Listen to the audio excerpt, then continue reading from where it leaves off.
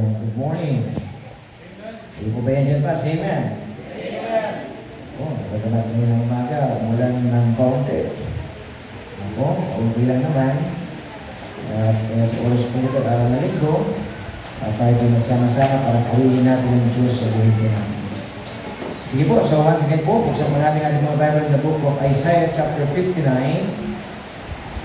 Isaiah chapter 59, verse number 2. Dahil po natin ginagawa, basahin po natin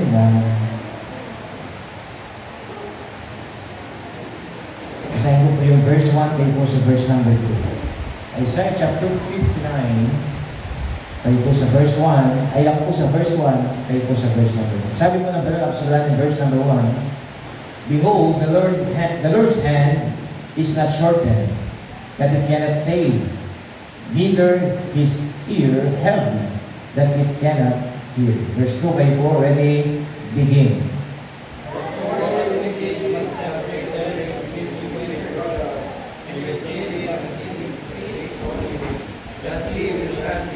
Basahin ko muli, verse number 2, But your iniquities have separated between you and your God, and your sins have hid his face from you, that he will not hear. At malahat mo po, at tayo manalangin, let's pray. Maraming Diyos, nabiga sa lahat, at ululog kung pinagpupunod ng pagpasalamat sa ating bagong pagkakataon, na pinagkalag niyo po sa bulit ng bawat isa, para purihin ka, sambahin ka sa Espiritu ng Kawanan, at maitas ka sa ating mga buhay. Dalangin po po, Lord, na patuloy, hinisin niyo po ako sa ibang gawin niyo, sa bawat mga karamihan po namin, tama niyo po namin mga puso, sa oras po niyo po, Lord, sa pagpapahayag po niyo po mga salita, kayo po magbigay ng kagalakan. Dahil niyo po lugar po ito, huwag niyo po ngayon makagawa ng kaaway.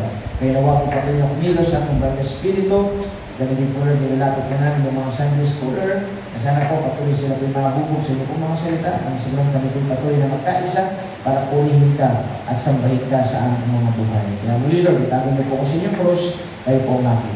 Pangalangin sa pangalan ni Jesus. Amen. Amen. Sige po, please be seated. Pwede na po tayo maupo. So once again, good morning. Ano po, nagpapagod maulan. Tayo nagpapasalamat sa Diyos sapagkat tayo pinakakapagpatuloy po sa biyaya po ng Panginoon. Amen po ba? Ako, ilang araw na umuulan, yung mga estudyante minsan may pasok, minsan nasa school na, nag-declare na wala na pasok, sabi ni Kevin, book na lang, nauna na ang baon. Bago yung suspension. Ako? So ngayon po, dumako po tayo sa salita ng Diyos, mga kapatid, sa umaga po ito, nasabi po ng book of Isaiah chapter 59 and verse number 1, nasabi niya po dito mga kapatid, na lagi po natin tandaan, ang kamay po ng Panginoon na hindi po maikulit, na hindi tayo, nasabihin natin na hindi tayo kayang iligtas, na po ng kanyang tinga. Dito po sabihin natin mabigat, para hindi tayo mapakinggan. Nang sabi ng Panginoon mga kapatid, laging gusto niya, emphasize po ng Panginoon mga kapatid, nandun po lagi yung habag ng Diyos.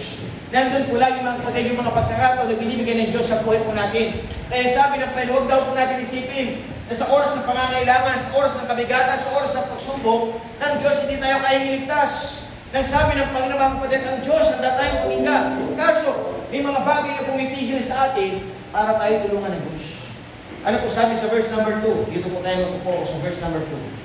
Nasabi niya po dito mga kapatid, But your iniquities have separated you between you and your God, and your sins have hid his face from you, that he will not hear. Pasilin niyo po ang pananalitan sa salita ng Diyos. Bakit ang Panginoon sometimes o kadalasan hindi tayo sabihin natin ng tutulungan sa ating mga pangangailangan? Bakit? Kasi po may kasalanan. May kasalanan na pumipigil. May kasalanan mga kapatid na sabi ng Panginoon mga kapatid, hindi naman ng Diyos ang umiwalay. Kung hindi tayo. Tayo bakit? Dahil mas sinibig natin ang kasalanan. Kaya sabi po mga kapatid, ang mensahe po natin sa umaga po ito, sin separates. Ang kasalanan ito po ay nagpapahiwalay. Saan tayo pinaghihiwalay mga kapatid? Doon sa ating Panginoon. Nang sabi ng Diyos mga kapatid na dapat daw bilang mga mananampalataya, huwag na tayo magpatuloy sa gawain hindi maganda. Hindi dapat magkaroon tayo ng pagbabago. Magkaroon po tayo ng pag-aayos. Kaya nga sabi ng Diyos mga kapatid, yes, ang Diyos mahamagin. Ang Diyos mapagpatawad. Pero nais naman ng Panginoon, dapat makita sa atin na tayo po ay nagpapakabuti para po sa ating Panginoon Diyos. Sabi nga po dito mga kapatid, in Isaiah chapter 59, 58 and verse 58 and 59, nga po, ng Panginoon mga kapatid, nirebuke niya po yung mga Israelites. Bakit? Kasi nandun sila sa maling paglilingkod. Yes, na nagpipray nga sila, nagpapasting sila, pero sad to say mga kapatid, na po ang buhay nila ay hindi nagiging patotoo sa Panginoon. Bakit? Kasi may kasalanan. May kasalanan sa kanilang puso. May kasalanan silang tinatago. Kaya nga sabi ng Panginoon mga kapatid, let us be reminded, ang kasalanan nito nagiging pader sa pagitan ng tao at ng Diyos. Isinit na sabi ng Panginoon mga kapatid, Romans chapter 3, verse number 23. Sabi niya po dito mga kapatid na ang mga tao, nga po, na darating yung time, nga po na sabihin natin tayo harap sa Diyos, pero sure tayo sa paningin ng Diyos. Bakit? Kasi ang nagsiseparate sa atin yung kasalanan. Kaya nga sabi ng Diyos mga kapatid, na sa buhay po natin, kailangan tayong magayos, kailangan natin intindihin ano ba ang kalooban ng Diyos. Kaya sabi po ng ating pag-aralan mga kapatid, sin separates. Unang punto, sin separates. Nga po, nabasin po natin verse number 2, but your iniquities have separated between you and your God. The problem is not God. Who is the problem? It's us. Why? Because we chose those sins. Pinili natin yung mga bagay na kasalanan. Pinili natin mga kapatid yung mga bagay na akala natin magpapasaya sa buhay natin. Pero ang sabi ng Diyos, mga kapatid, never na never ilagay natin sa ating kaisipan na ang Diyos ang lumayo. Hindi po ang Panginoon ang lumayo. Sino pong lumayo? Tayo bilang tao. Kaya ito nakakalungkot mga kapatid na sabi ng Panginoon, kadalasan sa mga mananampalataya, yes, nandun ang kanilang paglilingkod, nandun ang kanilang desire na lumapit sa Diyos, pero kapag binigyan natin ang puhon si Satanas, alam niyo po ba ang ating kaaway si Satanas, si devil? Pero siya gusto gawin sa atin Ang gusto niya, una, i-attract ka. Tama ba? I-attract ka niya. Kukunin niyo yung puso, kukunin niya yung inyong interest para ikaw ay makasunod niya sa kanyang kagustuhan. No, kung ngayon, kapag hindi ka niya na-attract, pangalawa niyang gagawin sa'yo, i-attack ka niya. Na po, yung magagawa siya ng pamamaraan, mga kapatid, para ikaw ay bumagsak. Gagawa ka ating kaaway, mga kapatid, para yung nga, balis ka nila ang ating buhay. Kaya nga lagi natin nilalahanin, mga kapatid, ang job ko, dalawa ang pili niyang gawin sa atin. Kung i-attract tayo, o atakihin tayo. Kaya sabi ng Diyos, mga kapatid, saan tayo dadalhin ng kasalanan? Doon po sa kapalakan. Doon po sa kahihiyan. Kaya sabi niya po dito mga kapatid, lagi natin tandaan mga kapatid, ang kamay ng Diyos hindi po may clip. Para ano? Para abutin tayo. Para itayo tayo muli. Para ang Panginoon bigyan ka muli ng pag-asa. Kaso sabi ng Diyos mga kapatid sa buhay po natin, kailangan iwanan natin yung mga kasalanan. Kailangan baguhin natin yung ating sarili. Amen po ba? Sapagkat sabi ng Diyos, tinigtas na tayo ng Panginoon. 2 Corinthians chapter 5, verse number 17, therefore, if any man be in Christ, he is a new creature. Kung ikaw na ay na kay Kristo na, ikaw na ay bago ng nilalang. Yung bagay na sabihin natin, lumipas na yun, luma na yun. Tingnan mo ngayon kung ano yung mga bago na pwedeng gawin ng Diyos sa atin. Kaya nga sabi ng Panginoon, mga kapatid, dapat tayo magbago. Hindi problema ang Diyos. Tayo ang may problema. The problem is iniquities. Ito po, ang problema yung pagmahal sa kasalanan. Pagmahal sa sabihin natin mga kapatid, pagtutwist ng katotohanan. Pagpo-perverse, mga kapatid, ng sabihin natin, salita ng Diyos.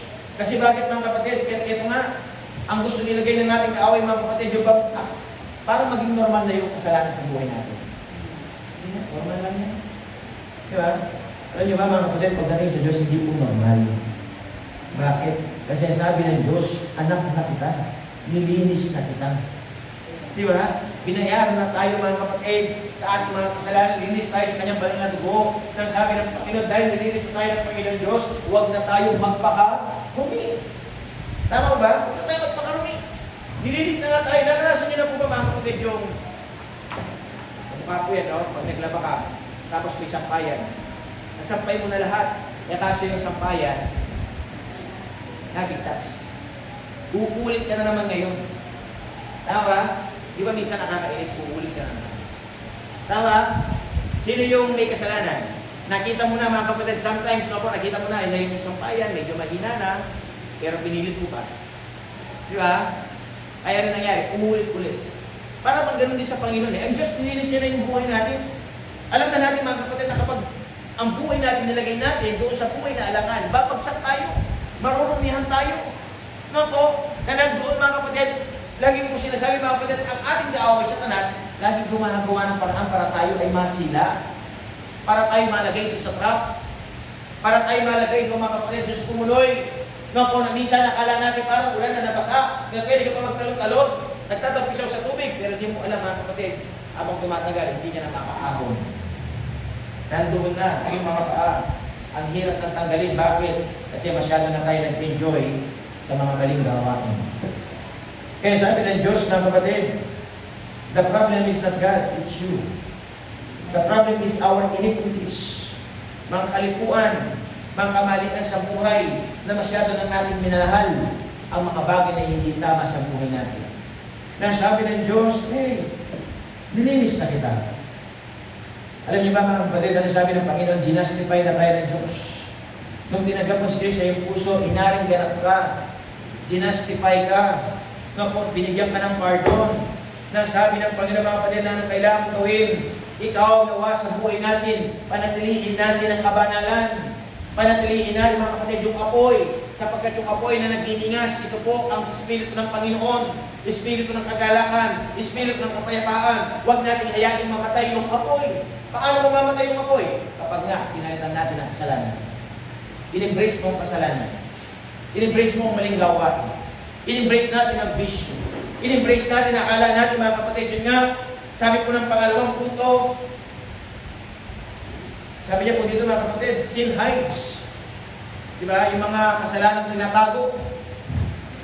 Isinit may kasalanang hayagan. Meron din naman kasalanang nakatago.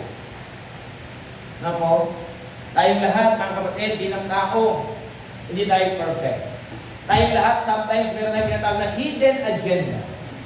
Hidden sin. Nako, pero sabi ng Panginoon mga kapatid, there ka mo may sa buhay natin, lilitaw at lilitaw yan. Tama mo ba? Sapagkat mga bagay na akala natin, tinatago-tago natin, lahat ng yung moment, lilitaw yan. Sisingaw yan. Kaya nga sabi ng Diyos, mga kapatid, huwag mo nang hayaan sumingaw. Huwag mo nang hayaan itago yan. Anong kailangan mo gawin? Ilapit mo na sa Panginoon. Humingi na tayo ng tawad. Nako, ang sabi nga po mga kapatid, ang ilustrasyon po natin, ang Diyos, siya yung ating Ama, tayo ay anak ng Panginoon, tinanggap ko sila sa iyong puso. So ngayon dumarating po sa punto natin na tayo pinagkakamali, nagkakasala. Ano po nangyari? Napapahiwalay ngayon tayo sa ating Ama. Bakit? Kasi nawala po yung tinatawag na closeness.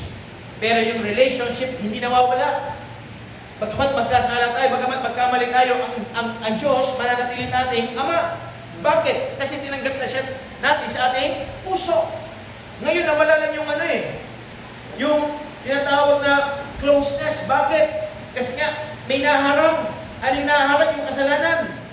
Ano nangyari mga kapatid? Nahiya ka ngayon. Ayaw mo na lumapit, ayaw mo na maglingkod, ayaw mo na magsimba. Bakit? Kasi nakita mo yung iyong kasalanan. Pero ang tanong ng Diyos, sino kaya may kasalanan? Ang Diyos ba? O tayo? Sapagkat ang sabi ng Diyos, kadalasan, pinipili natin yung mga pag-a-attract ng Satanas. Pinipili natin sa ating buhay mga kapatid, yung bang ang pinapasok po kasi ng ating kaaway mga kapatid, wala namang makakaalam. Ikaw lang naman. Kaya okay lang yan. No? Sapagkat ang sabi ng Diyos mga kapatid, ang Panginoon hayag lahat ng bagay. Kaya nga sabi ng Diyos mga kapatid, bago pa mahuli ang lahat, kailangan ka nang magsisi. Kailangan ka nang magbago. Kailangan mo nang itama ang iyong puso. Kaya nga panalangin ko po mga kapatid sa buhay po ng bawat isa, lahat tayo nawa hindi magbago ang ating puso sa Diyos. Hindi magbago ang ating kaisipan pagdating sa Panginoon. Na malagay sa ating kaisipan, Lord, kailangan kita. Lord, ikaw ang aking buhay. Lord, ikaw yung priority ko sa aking buhay. Diba? Kasi nakakalungkot mga kapatid. Nga po, darating yung panahon, magkakaroon tayo na tawag ng itching ears. Nabi more than itching ears. Yung bang ayaw ko lang makinig ng Word of God. Yung para bang kay kapampangan, pagsisisyan mo na ang mama mo, di ba? Nani sasabihin mo, tama naman, ang karindiyo. Tama ba? Tama? Yun yung sinasabi nyo eh. Yun yung sinasabi natin. Bakit? Kasi lagi tayong pinagsasabihan.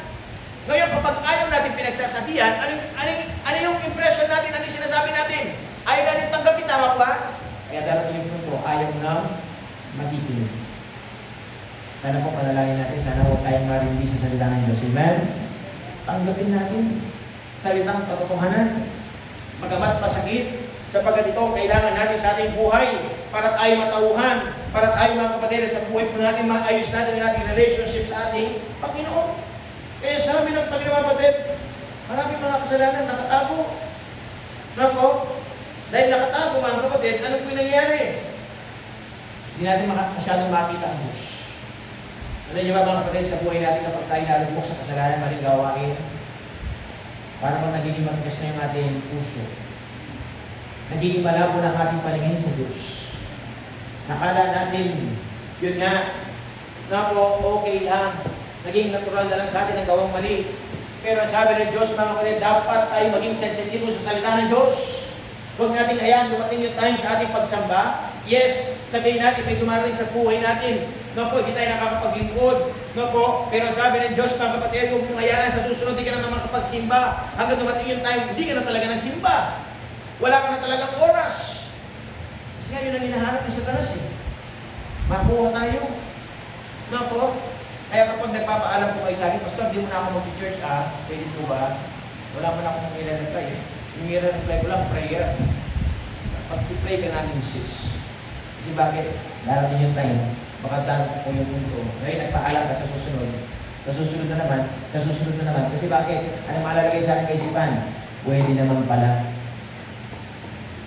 Tama ba?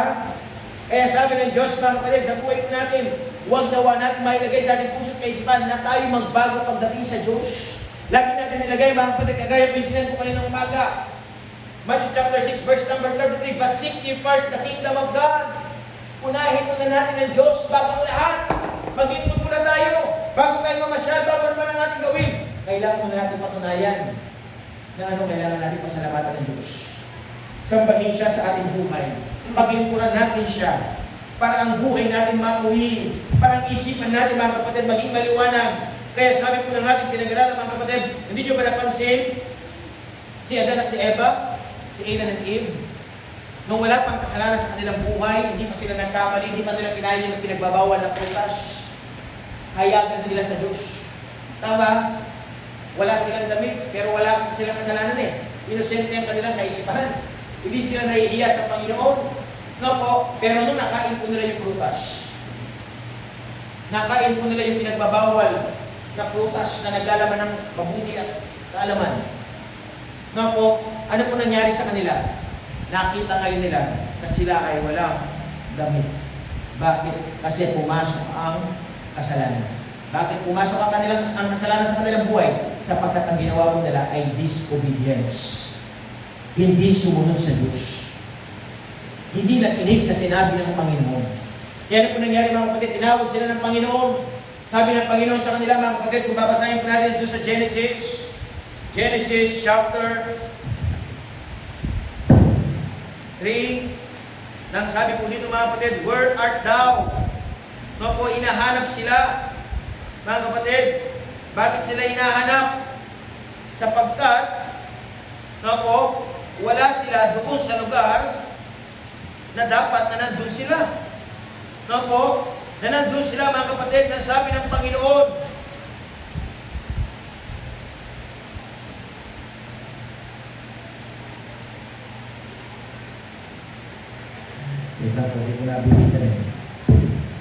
dito sa Matthew chapter 3,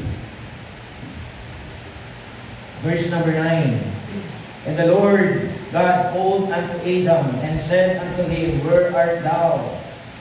And he said, I heard thy voice in the garden, and I was afraid because I was naked, and I hid myself. Verse number 11, ano po sabi ng salita ng Diyos? And he said, who told thee that thou wast naked? Hast thou eaten of the tree whereof I commanded thee that thou shouldest not eat? And the man said, the woman whom thou gavest to be with me, she gave me of the tree, and I did eat. No po, so dito lang kapatid, nagkaroon na po sila ng turuan. No po, ako, do you imagine mga kapatid? Sige nga sis, balik mo nga sa verse number 9. Tinanong sila ng Panginoon So tingin niyo mga kapatid, bakit inahanap ng Diyos sina Adam at Eve? Bakit tinanong niya, Aidan, nasan kayo? Sa tingin niyo mga kapatid, hindi ba alam ng Panginoon kung nasa sila? Alam niya. Kaso, bakit sila tinanong mga kapatid? Kasi nga alam ng Diyos, sumuhay sila doon sa pinag-uutos na Panginoon. Wala doon sila mga kapatid, doon sa kanilang posisyon dati, na sila'y malapit sa Diyos, na nandoon sila mga kapatid, yung relationship nila sa Panginoon. Kaso nangyari mga kapatid, naputol. Nahiwalay po sila. Bakit? Dahil sa kasalanan.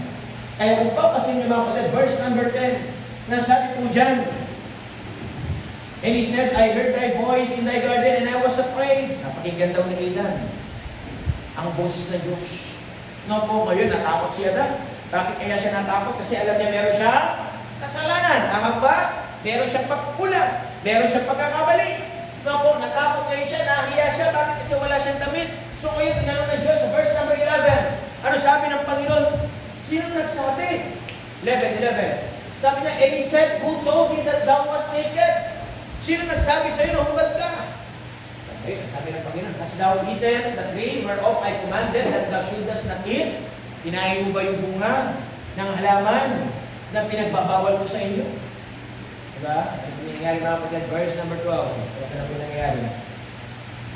Verse number 12, and the man said, the woman whom thou gavest to be with me, she gave me of the tree and I did eat. Panginoon, yung babae na binigay mo sa akin si Eve, diba? Pinakain niya kasi sa akin, kaya yung kinain ko. Diba? Ano nangyari mga kapatid? Nagkaroon na po ng tinatawag na ano? Paninisi. Panginoon, kasi babae binigay mo sa akin eh. Binigay sa akin, kaya yung kinain ko. Eh yung babae, sumagot din yung babae. Verse number 13. Verse 13. Verse 13 sabi niya, and the Lord said unto the woman, what is thou that thou hast done? Babae, anong ginawa mo? And the woman said, the serpent beguiled me, and I did eat. Yung ahas, tinukso ako, kaya kinain ko. Diba? Pumunta tayo sa verse 14. Tinuro yung ahas. Yung ahas, wala na maturo. No? And the Lord said unto the serpent, because thou hast done this, thou art cursed above all cattle, and above every beast of the field, upon thy belly thou shalt go, thou go, and thus shalt eat all the days of thy life. Ito po yung parusa doon sa serpent. Diba? Dati po kasi yung serpent, may paa eh. Diba? Kaso nung sabihin natin na pinukso si Eva, sapagkat nga naman si Satanas ay manukso, anong parusa sa kanya? O yung tiyan mo, di ba? Yung tiyan mo, gagapang yun. Di ba? Kakainin mo lahat ng kalikabok. Kaya nga yung ahas, gumagapang. Na po, pero ang gusto po niyan po sa ito, kapatid, dumalang tayo kay Eva, kay Eve. Nasabi ni Eve, mga kapatid, Panginoon, kasi yung ahas eh. Yung ahas, sinukso ako eh. Di ba? Kaya nakain ko po yung pinagbabawal ng putas. Sa tingin niyo mga kapatid, kung malayo si Eve, dun sa halaman, sa tingin po ninyo, kung hindi siya lalapit doon, sa tingin niyo, matutukso ba siya ni serpent? Tama ba? Ano po kasi nangyari? Lumapit. Lumapit sa kasalanan. Itindihan niyo po ba? Kaya nga sa buhay natin mga kapatid, na sana sa buhay natin, matuto tayong iwasan ang mga kasalanan sa buhay natin. Huwag nating lapitan, sapagkat kapag nilapitan natin, nandun na ang ating kaaway sa Satanas, tutuksoin ka. Para ano, gawin mo ang mga bagay na hindi tama sa paningin ng Diyos. Kaya anong mangyari? Magkakaroon po na tinatawag na pagkahiwalay. Ano ang kasalanan? Parang pader. Pader na tinayo mo. Magkakaroon ng pagitan sa iyo at ang Diyos. Nako, kaya sabi ko ng ating pinag-aralan mga kapatid, never na never tayo mga kapatid na sana malugmok sa kasalanan. Yes, hindi tayo perfect. May mga bagay na nagagawa tayo na hindi tama. Pero ang sabi ng Diyos, sana naman matuto tayo magpaturo. Matuto tayo mag-ayos. Matuto tayo manumbalik sa Panginoon. Nako, sapagkat ang sabi ng Panginoon mga kapatid sa buhay po natin, ang kasalanan, kailanman, hindi natin pwedeng itago. Lilitaw at lilitaw yan. Kahit paano kasabihin natin tumakbo sa kasalanan, haamulin ka. Tama ba? Kaya nga dito mga kapatid, yung mga sabihin natin na character sa Bible, mga example, na nangyari mga kapatid nung sila'y lumayo sa Diyos, Ano po nangyari? Sila'y nag-disobey sa Panginoon ng Diyos din, umalis sa kanila. Bakit? Kasi nakita ng Diyos, hindi sila naging masunurin. Kagaya po si Saul, si King Saul. Si King Saul, isa po siyang hari na po na pinili ng tao. Na pinahintulutan naman ng Diyos. Na po, kaso nagkaroon po ng utos ng Panginoon, sabi ng Panginoon, sige, lusubin yung lugar na ito, wala kayong kakainin, wala kayong dadalhin, lahat sunugin. Kaso po mga kapatid, ang ginawa, ang mga tauhan ni King Saul, nakita po nila yung mga pagpaka. Nakita nila yung mga alagang mga sabi natin malalaki. Anong ginawa po nila mga kapatid? Sinabi nila kay King Saul, King, huwag na natin sunugin ito, sayang naman. Di ba? Kaya anong nangyari mga kapatid? Si King Saul, nakinig siya doon sa sinabi ng tao, kesa sa sinabi ng Diyos. Ano yung command ng Diyos? Walang kukunin. Lahat sunugin. Pero yung sinabi ng tao, nakita, kinabang, nakita, pwede nila mabusog. No po, kaya yung ginawa mga kapatid, yung ginawa ni King Saul, mas pinili niya yung sinabi ng tao. Ngayon, si King Saul pa nga po, proud na proud siya, bakit? Kasi meron daw siya i-offer sa Diyos. Offering daw, yung mga matatabang baka, matatabang alaga, i-offer nila sa Panginoon. Kaya kaso ano sabi ng Panginoon mga kapatid, na po to obey is better than sacrifice. Alalahanin daw natin bilang mga mananampalataya, ang nais ng Panginoon, mas gusto niyang tayo sumunod kaysa magbigay po ng pagsasakripisyo. Sapagkat ang nais ng Diyos sa buhay po natin mga kapatid, obedience. Obedience. Pagsunod, pagpapasakop sa layunin ng Diyos sa buhay natin, paggawa ng tama, pakikinig kung ano ba ang nais ng Diyos sa ating buhay. Kung titignan mo, maganda naman yung purpose ng King Saul. Kaya kaso mas pinakinggan niya yung gusto ng tao. Ano bang sinabi ng Diyos? Kaya nga sa buhay natin mga kapatid, wala tayo doon eh. Ang simbahan po, hindi po siya entertainment. Amen po ba? Sabi nga ng kasabihan mga kapatid, kapag daw sa simbahan, tinuturo mo ang kasalanan, maraming tao aalis. Maraming tao di magpapatuloy. Bakit? Kasi maraming tao ayaw nila. Pinagsasabihan sila doon sa mga bagay na hindi tama sa kanilang buhay. Kadalasan, anong hinahanap ng tao? Entertainment. Patawa. Di ba? Anong hinahanap ng tao? Yung lagi nila sabihin natin, binibaby, tinotolerate. Di ba? Alam ng mali ang kanilang buhay, pero nagpapatuloy pa rin sila.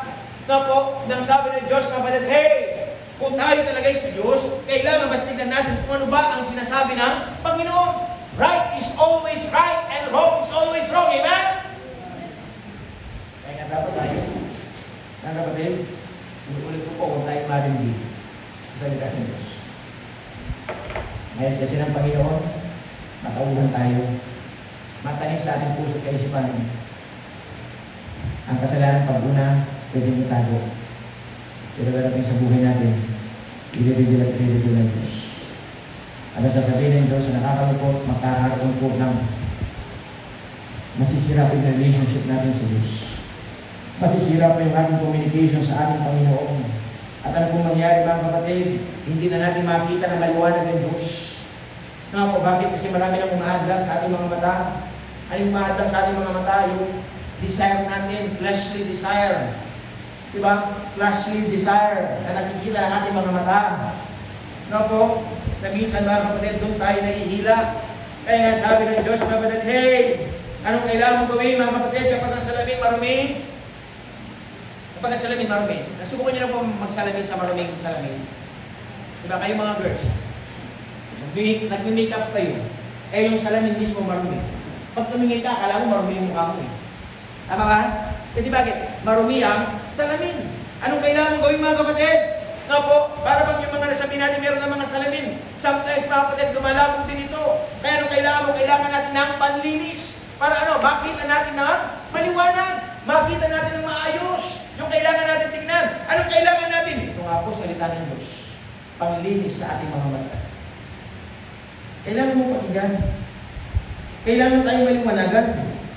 Na po, kaya nga sabi po ng ating pinag-aralan mga kapatid, lagi natin tandaan, ang pinakamalungkot na consequence ng kasalanan ay hindi ang parusa. Ito ang mawala ang presensya ng Diyos sa buhay natin. Tama ba? Yung hindi ka na pagkikinggan ng Diyos. Diba? Hindi ka na pagkikinggan. Bakit hindi ka pagkikinggan? Sabi nga ng verse natin pinag-aralan mga kapatid, in the book of Isaiah, chapter 59 and verse number 2. Balik po tayo dito sa ating text. But your iniquities have separated between you and your God, and your sins have hid His face from you, that He will not hear. Di ba? Ang kasalanan mo, pinagpahiwalay sa iyo at sa Diyos mo. Di ba? Natago ng kasalanan mo. Di ba? Yung mukha ng Diyos. At yung pandinig ng Panginoon, hindi ka ngayon mapakinggan. Bakit? Kasi mayroong hadlang. Kaya sometimes sa buhay natin tayo nagtatanong, bakit kaya di tayo pinakikinggan ng Diyos? Bakit kaya di nangyayari yung gusto natin? Kasi bakit? Kasi sabi ng Diyos, may mali. Now po, kaya number 3, mga kapatid, first, sin separates. Second, sin hides. The third thing, sin silence. Ito nga po, that He will not hear. The prayer is black. Di ba? Ang panalangin, nahadlangan. Bakit nahadlangan? Dahil sa mga kasalanan natin ginagawa na hindi tama sa buhay natin. Psalms chapter 66 and verse number 18. Ano po ba sinasabi ng salita ng Diyos yan? Basahin po ninyo. Psalms chapter 66, verse number 18. Hindi na ba ready to begin?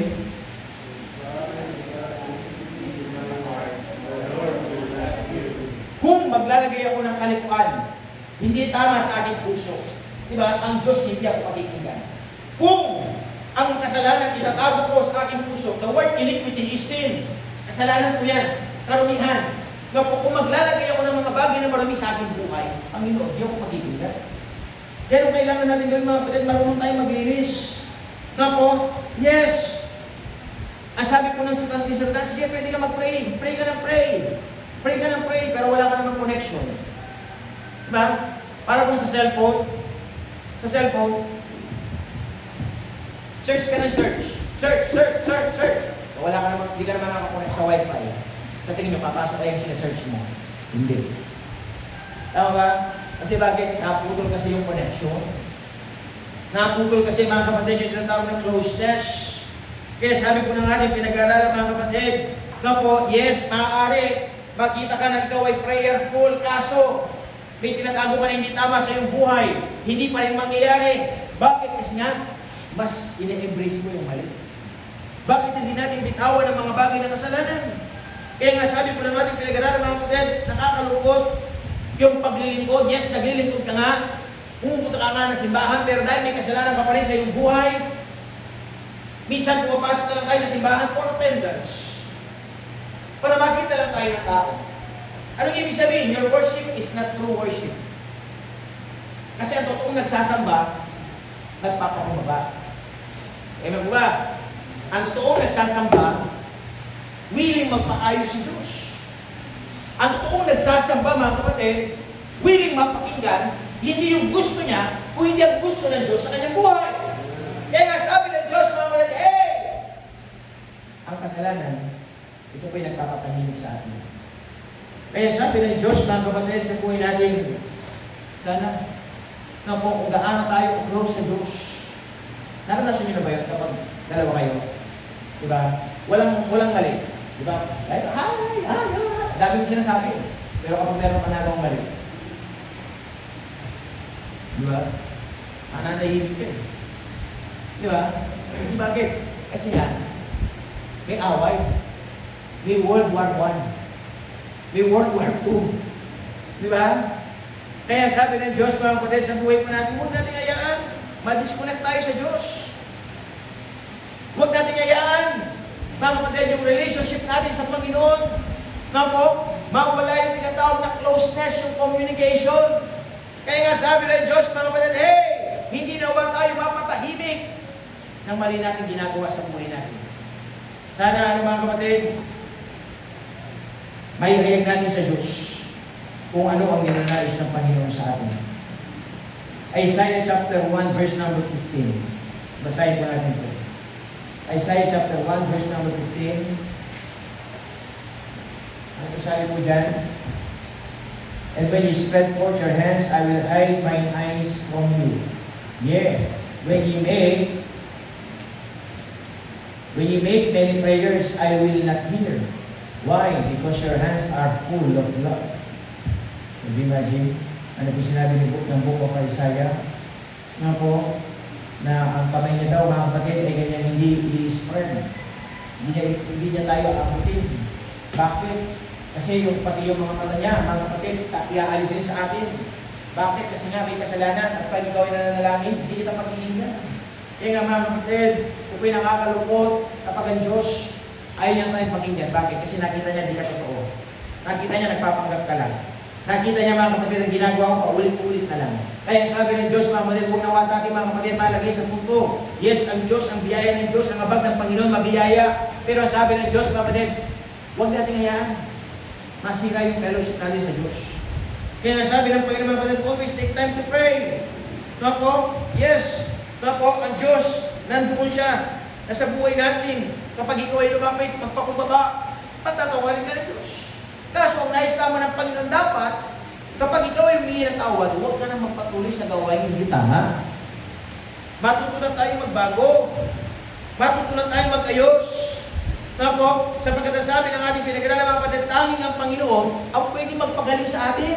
Tanging ang Panginoon ang pwede magpalaya sa atin. Kaya nga sabi ng Panginoon mga kapatid, that Jesus Christ is the way, the life, and the truth. Sasabihin ba ng Diyos ang katotohanan? Magiging kaaway ba natin ng Diyos? Tanungin ko po kayo po bilang pastor. Sinasabi ko po yung totoo. Magagalit na po ba kayo sa akin? Kasi po yun ang sabi ng Biblia, am I therefore your enemy because I tell you the truth? Magiging kaaway na ba kita dahil sinabi ko katotohanan? Nasabi ng Panginoon kapatid, alalahanin natin, open rebuke is better than secret love. Mas maigi na tayo sinasaway ng kayagan kaysa sa patagong pag-ibig. At totoo nagmamahal, sinasaway yung mahal niya kapag alam niya mapapahamak siya. Tama ba? Alam mo nga, sabihin natin mapapahamak siya. Yung buhay niya, yung gawain niya papunta doon sa dead end, tapos sinayaan mo lang siya. Wala nagbigay ng warning. Wala nagbigay ng caution. Diba? Kaya nga yung mga pastor, mga kapatid, kami po, ang nagbibigay ng warning. Pinapahayag namin ang salita ng Diyos para tayo magbago, para tayo mag-ayos. Kaya sabi po ng ating pinag-aralan mga kapatid, I repeat, sin silences. Una po, sin separates, sin hides, sin silences. And the fourth thing mga kapatid, the cure. Pero po yung maganda. Ano yung kagamutan sa atin? How to remove the separation? Ano yung problem? God's solutions. No po? First, we are separated from our sins.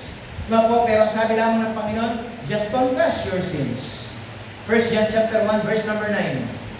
1 John chapter 1, verse number 9. Ano po sabi po dyan, mga kapatid? If, 1 John chapter 1, verse number 9. Ang sabi po dyan, mga kapatid, if we confess our sins, He is faithful and just to forgive us our sins and to cleanse us from all unrighteousness. Would you imagine? Ganyan po kabait ang Panginoon. Ganyan po kabiyaya ang Panginoon. Ano yung problem natin mga kapatid? I repeat, we are separated from God because of our sins. Ano po yung solusyon? Mag-confess ka lang sa Diyos. Mga kapatid, kasi kapag nag-confess ka, ang Diyos ay tapat para ikaw ay patawarin. Ang Diyos ay tapat para ikaw ay linisin sa lahat ng ating kalikuan. Anong kailangan na natin gawin? Magkaroon tayo ng desisyon, lalapit ako sa Diyos, hindi ako ng tawad, magpapakumbaba ako. Diba? Ang Diyos po ay mapagpatawan.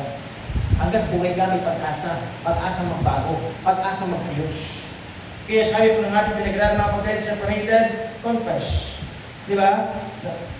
Yung letter B natin, this face hidden. Diba? Yun, tinatago yung mukha, naiiyak. Pero ano pa yung solution mga kapatid? You must repent and return. Diba? Repent and return. Kamukha po yung mga kapatid, the prodigal son. Ano po ginawa ng prodigal son? Dahil sa kanyang katakawan, ayaw niya magpabawal, kinuha lahat ng kanyang mana. Nagpakasasa sa buhay. Nagpakasasa sa kasalanan. Dumating po yung punto na wala ang lahat. Ano po nangyari? Anong kanya napagtanto?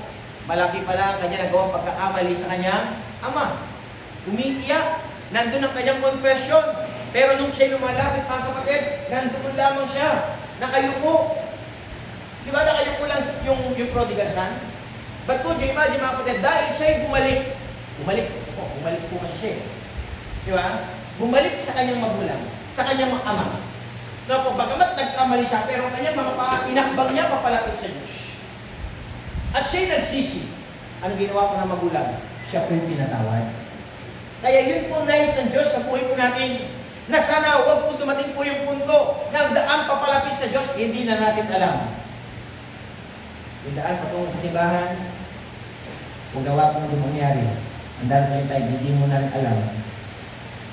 Eh, saan kasi yung church? Saan kasi yung church natin? Nagkaroon ka ng amnesia. Di ba? Ilang buwan, ilang taon kang umupunta sa simbahan, nagkaroon ka, nagkakabas, pinangunahan ka ng kasalanan, dumating yung punto, di mo na alam papunta sa simbahan. Saan na kasi yung church?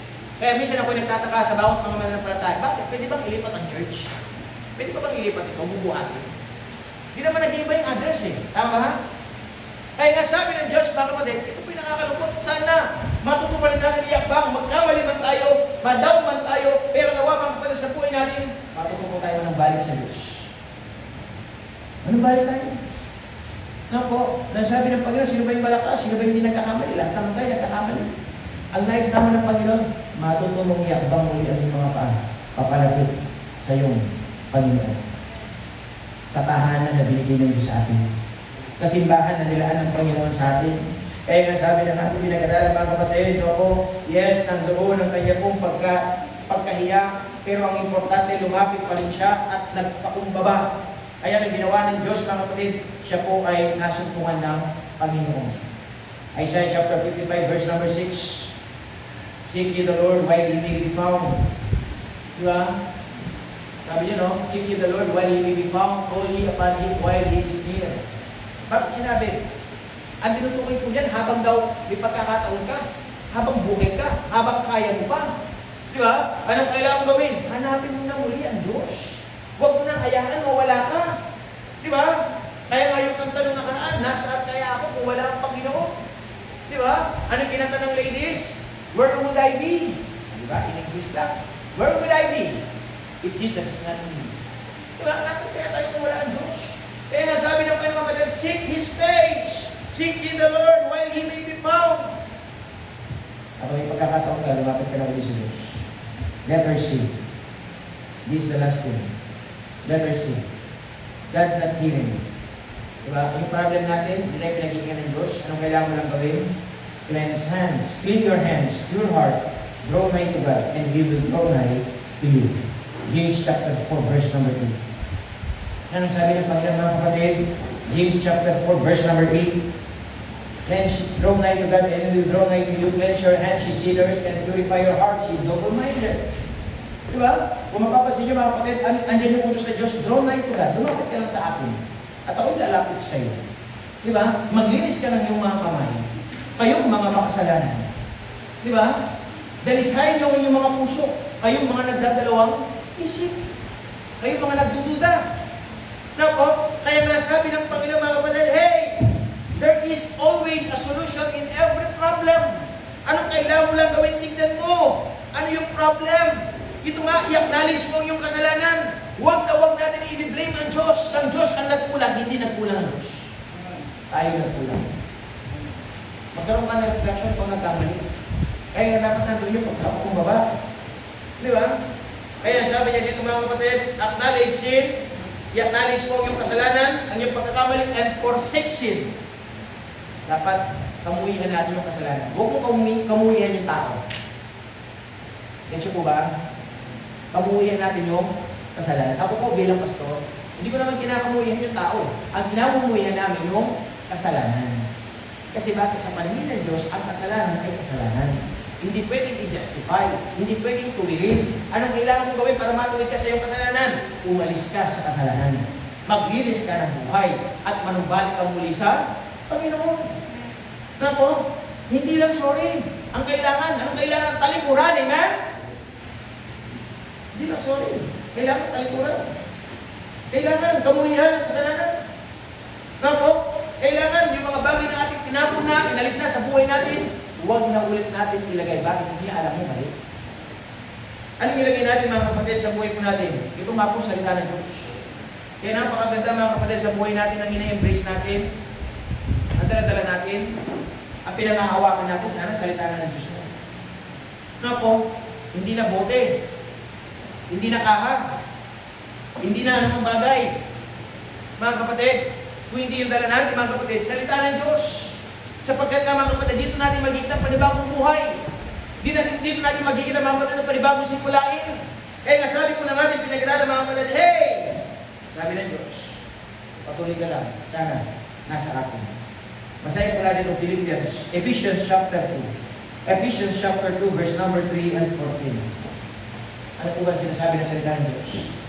Ephesians chapter 2, verse 13 and 14. But now, in Christ Jesus, ye who sometimes were afar off are made nigh by the blood of Christ. Kasi ninyo po yung panangalita ng salita ng Diyos. Sabi niya, ngayon, ikaw ay na kay Kristo na. Napagamat minsan, tayo lumilihis, lumalayo. Di ba? Pero dahil sa dugo ng ating Panginoon, pinatawad na kasi tayo ng Diyos eh. By the blood of Christ. Nandun pa rin yung connection, nandun pa rin yung relationship. Kaya sabi sa verse number 14, ano sabi sa verse number 14? For He is our peace, who hath made both one, and hath broken down the middle wall of partition between us. Ano po yung partition? Pagitan natin sa Panginoon at sa atin, kasalanan. Binuwag na ng Diyos. Yung sabi po dyan, mga kapatid, siya yung ating kapayapaan. Siya yung ating kapanatagan. Na po, kaya sana mga kapatid, sa buhay po natin, sana matuto tayo mag-ayos ng buhay. Sabi nga, patuloy lang tayo tumawag sa Diyos, manalangin. Huwag natin hayaan na para yun sa cellphone. Sa cellphone kasi nagkakaroon ng ano yun eh. Isa nawawala ng signal. Diba? Meron na dead spot. Sa dead spot ako eh. Diba? Bakit ka nasa dead spot? Kasi nga wala ka sa lugar mo. Diba? Hindi mo makikita, hindi ka makakapag-send sa Diyos. Hindi ka makakapag-reconnect sa Panginoon kasi wala ka nga doon sa right spot. Saan yung right spot? Sa church, amen? Kaya nawa, sa buhay natin mga kapatid, kung natin na yan, ma-dead spot tayo. Yung signal ng Diyos, 24/7.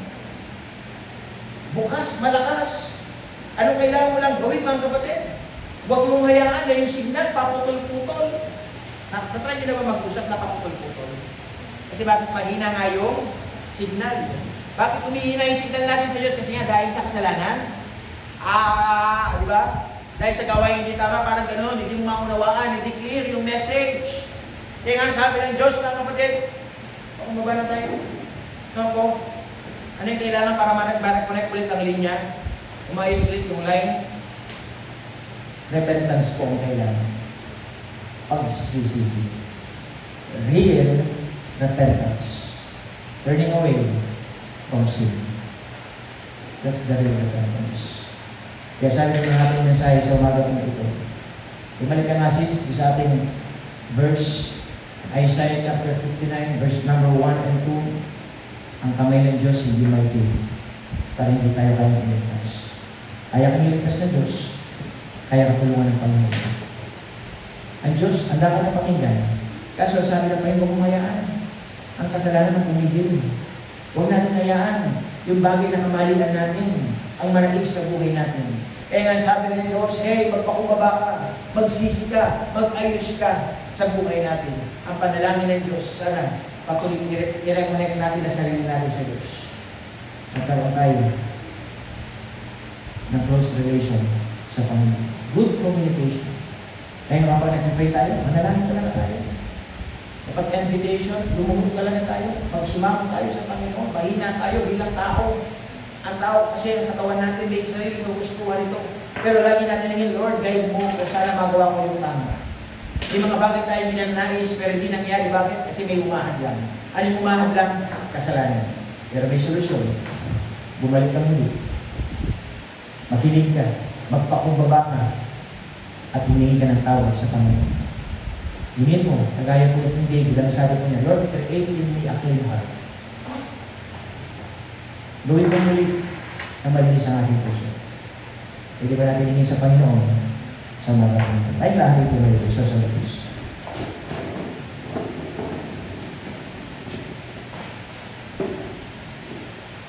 Sige po, power ahead. Close our eyes. So, umaga po nito, ang pakinggan po natin ang salita ng Diyos.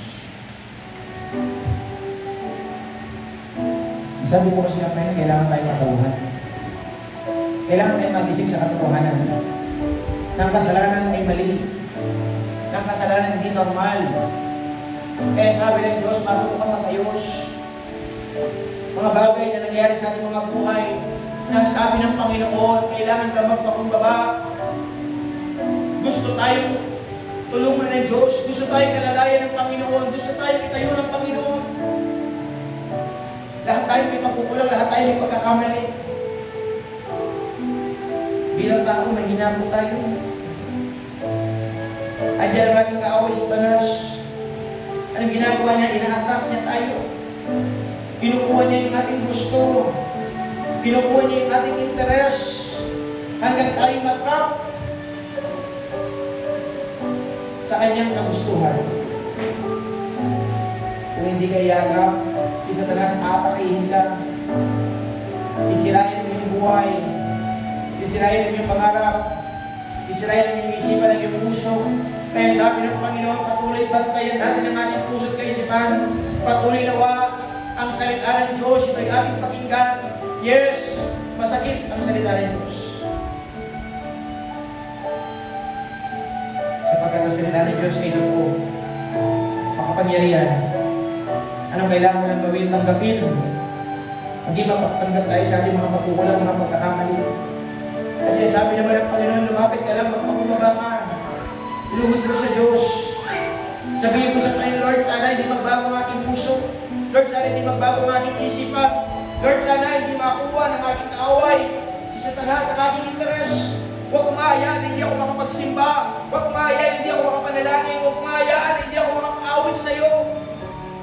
Kaya Lord, sana patuloy yung presensya manahan sa aking buhay. Pwede mo ba sabihin sa Panginoon yan? Bakit hindi mo lapitan ng Diyos? Pakubaba tayo sa Panginoon. Gusto natin ma-experience yung blessing, power ng Diyos. Ang kailangan lang magpakumbaba. Ang kailangan lang magpasabot sa kagustuhan ng Diyos. Yes, may mga bagay na dinanais tayo sa ating mga buhay. Pero sabi ng Diyos, bakit hindi mo binibigay sapagkat may kulang? Hindi ka pa totally na-surrender. Hindi pa tama ang iyong motive, hindi tama ang iyong puso. Kaya nga sabi ng Diyos, magpakasagdal ka, magpakatapat ka. Magpakumbaba ka sa atin. Ilapit natin ang ating pamilya. Ang nanay, ang tatay, ang lolo, ang lola, yung asawa, ang yung kapatid, ang yung anak. Ilapit natin lahat sapagkat kailangan natin ang panalangin. Sa amo ng buhay, sana magpatuloy po tayo. Sa simbahan natin, patuloy natin. Napatuloy yung ang mali, ipangaral, sapagkat dito itutuwid ang ating buhay. Huwag tayong maghanap ng entertainment sa church. Sapagkat ang Diyos, hindi siya nandito para i-entertain tayo. Ang Diyos, naparito para i-review tayo. Sabihin ang tama sa atin. Kaya sana po patuloy pakinggan natin ang salita ng Diyos. Huwag nawa tayo tumatingin tayo. Natatakpan mo lang yung tenga. Patuloy mong buksan pagdating sa kanyang salita. Ay panalangin po natin ang buhay po ng bawat isa. Ama namin Diyos sa hila sa lahat, patuloy din kami pinagpupuri ko nagpapasalamat. Maraming salamat po sa pagkat ang po, yung po mga salita, totoo, buhay, na kumikilos po sa amin. Yes, Lord, may mga bagay na umaharang, hindi inadlan, hindi pader, sa pagitan sa inyo at sa amin, ito po ang kasalanan. Ito po yung mga bagay na hindi tama na ginagawa pa rin po namin. Yes, Lord, nilinis niyo na po kami, niligtas niyo na po kami. Nasana po, Lord, na po kami hayaan na mahila ng aming kaaway. Nasana po, Lord, patuloy po kami maging malakas, maging matatag. Bigyan niyo po kami ng wisdom in every decision na lagi nawa po namin kayo i-inquire. Lagi po namin kayong isalang-alang kung kayo po ba'y aming napapasaya o napapalungkot sa aming mga buhay. Kaya nalangin po, Lord, na patuloy niyo po kami kabilan sa inyong mga bagat niyaya na huwag po namin sayangin yung pagkakataon na lumapit, pagkakataon na magbago, pagkakataon na magtintapat na po kami. Kaya nalangin po, Lord, patuloy niyo po kami suklaban ng inyong pong agila-gilalas na biyaya sa aming mga buhay. Ng inyong pong mga salita ay patuloy na may tanim sa aming mga puso at kaisipan. Nadalangin po, Lord, na sana maging mapagtanggap po kami. Huwag namin pong sawayin ng inyong salita sapagkat dito po kami gagaling, dito po kami aayos, dito po namin ma-experience ang buhay na pinagpala ng punong-puno ng kagila-gilalas na liwanag at kapayapaan sa aming mga buhay. Kaya dalangin po, Lord, patuloy niyo po kami pangunahan ng babayan ng simbahan. Dito po Jefferson Manuel, kaya po patuloy na mataas mapulihan sa aming mga buhay. Bless you po, buhay po ng bawat sa mga nanay, tatay, lola. Bigyan niyo po ng tulong sa naman po kanilang mga pinagdadaan na pagsuro, problema, karamdaman. Lord, bigay po kayo ng liwanag, bigay po kayo ng pag-asa. Tulungan po sila. Yung mga walang trabaho, bigyan niyo po ng mga trabaho. Pagpalain niyo po yung kanilang buhay, yung kanilang pamumuhay, yung kanilang mga business. Nang sa ganun, Lord, patuloy na magdamit po kaming lahat para po sa inyo pong pamumuhayan. Paunahin niyo rin po, bawat mga kabataan, na sana matuto pong mag-ayos din po ng kanilang buhay, malayo sa bisyo, maayos sa maling barkada, maling gawain, at kami pong lahat, magsama-sama, purihin ka, sambahin ka sa Espiritu at katotohanan. Lord, kami pinagpapasalamat sapagkat ang iyong salita'y buhay, kumikilos po sa buhay po ng bawat isa. Sa inyo lamang po ang papuri, sa inyo lamang po ang pasasalamat. Patuloy, inayin po namin ang makabingin na ito, sa inyo pong dakilang pangalan, walang ibang, hindi ang aming Panginoong Yesus, at sa sariling tagapagligtas. Ito po ang aming dalangin. Amen and amen. Amen. Glory to the glory.